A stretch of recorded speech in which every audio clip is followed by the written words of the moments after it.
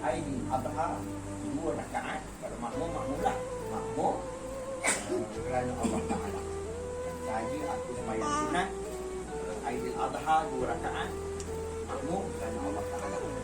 Kemudian itu pun takbir. Yang pertama pun takbir yang pertama. Takbir selepas takbir Ratul Ihram, kita baca doa iftitah. Habis doa iftitah, ingat untuk takbir sebanyak 7 kali. 7 kali. Dan setiap kali kita bertakbir tu, kita akan baca Subhanallah walhamdulillah wa la ilaha illallah Allahu akbar. Allahu akbar.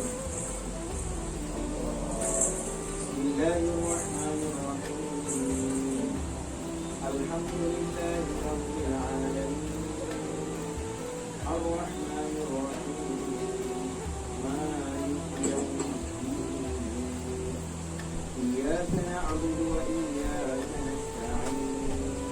Ihdinas siratal mustaqim. Siratal ladzina an'amta 'alaihim ghairil maghdubi 'alaihim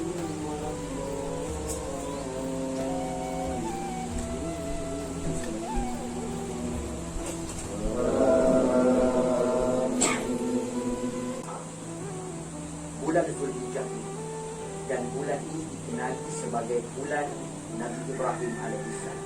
Sebab segala peristiwa yang diambil, yang kita laksanakan, yang kita amalkan pada hari ini di atas perintah Allah Subhanahu wa taala, bertitik tolak daripada peristiwa Nabi Ibrahim alaihissalam. Sama ada orang itu mengerjakan ibadah haji, dia tawaf di Kaabah. Kaabah adalah binaan yang dibina oleh Nabi Ibrahim alaihissalam. Sama ada dia sa'i daripada Safa ke Marwah, berlari anak pada lampu hijau dalam keadaan berulang alik antara Safa ke Marwah.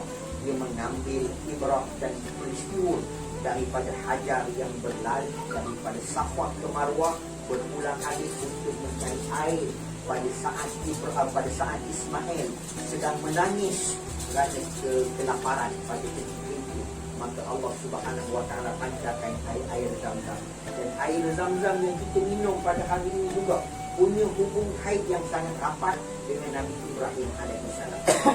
Dan antara yang dibuat oleh Nabi Ibrahim alaihissalam ialah pada setiap tahun ketika dia belum memiliki anak, dia melaksanakan ibadah korban.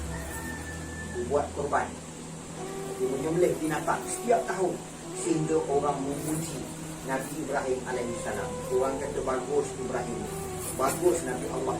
Setiap tahun dia buat korban, setiap tahun dia buat korban.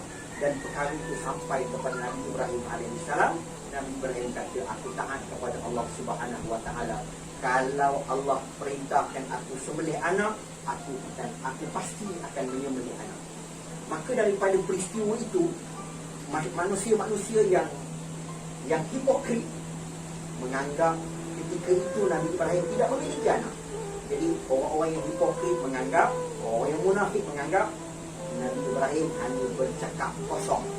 Bolehlah dia bercakap macam tu sebab dia tak ada anak. Kita anak ramai, kita tak akan cakap perkataan kita nak sembelih anak. Nabi Ibrahim boleh dia bercakap macam tu sebab dia tak ada anak. Allah Subhanahu wa taala hadiahkan zuriat kepada Nabi Ibrahim alaihissalam. Dan daripada peristiwa itu juga ringkasnya, akhirnya datang perintah Allah Subhanahu wa taala.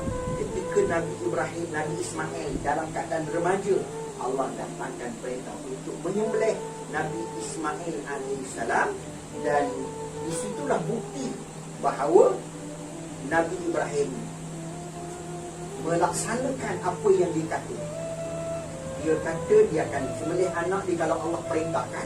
Maka Allah datangkan perintah, menjadi bukti kepada orang-orang yang berkata-kata pada ketika itu bahawa Ibrahim ni dia hanya bercakap, dia tak buat.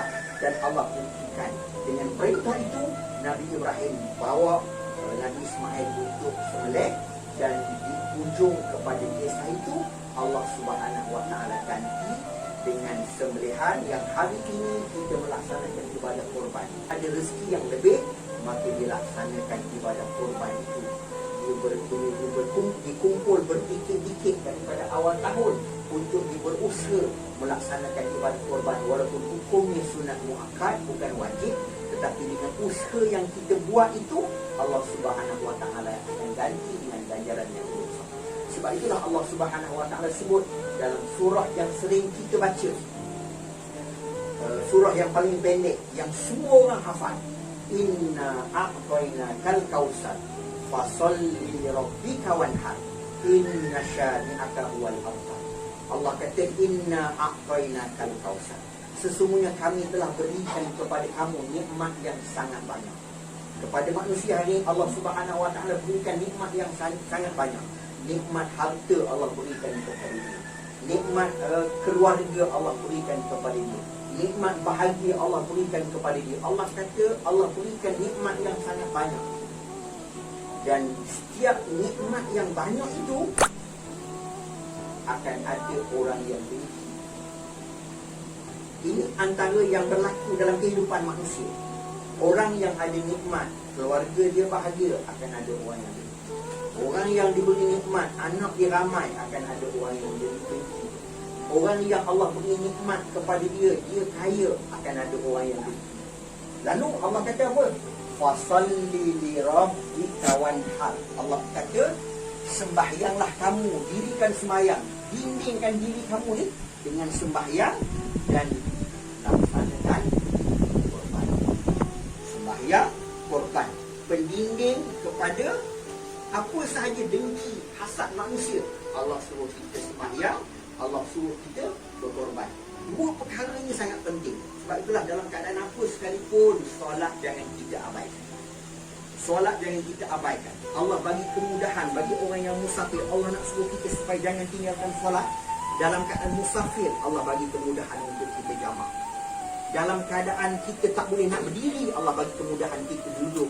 Jangan dalam keadaan tak boleh duduk, Allah bagi kemudahan dalam kita baring dan sebagainya. Nak menunjukkan bahawa sembahyang ini adalah ibadah yang mesti dilaksanakan oleh setiap manusia di atas kesyukuran dia kepada nikmat yang Allah berikan kepada dia. Maka bagaimana keadaan sekalipun, kalau kita ambil mudah persoalan sembahyang ini, maka dia akan menyebabkan nanti pada hari kita sakit. Pada hari kita sakit, yang pada ketika kita sangat perlu bergantung dengan Allah, kita perlu banyak berdoa, kita perlu banyak sembahyang pada ketika itu. Dalam keadaan kita baring, kita sembahyang. Tapi orang yang tak membiasakan dirinya dengan solat, pada ketika dia sakit, dia langsung tak akan solat, dan dia langsung jauh daripada rahmat Allah Subhanahu wa taala, dan doa dia Allah Subhanahu wa taala tak mustajab. Inna syani'aka huwal abtar. Allah kata apa? Maka orang-orang yang dengki kepada kamu akan terputus. Maksudnya apa sahaja perbuatan dengki yang dibuat pada kita, Allah beri jaminan di atas solat yang kita buat, di atas korban yang kita buat, maka si pendengki itu dia akan terputus. Apa sahaja yang dibuat tak akan mengenai kita di atas dinding yang Allah Subhanahu wa taala perintahkan kepada kita buat. Maka marilah sama-sama pada hari ini kita memahami ayat yang sangat pendek ini, ayat yang berkaitan dengan sembahyang dan korban, ayat berkenaan dengan nikmat yang Allah beri kepada manusia dan ada orang dengki, dan ayat untuk membimbing kita supaya dengki manusia itu terputus. Allahu Akbar, Allahu Akbar, Allahu Akbar.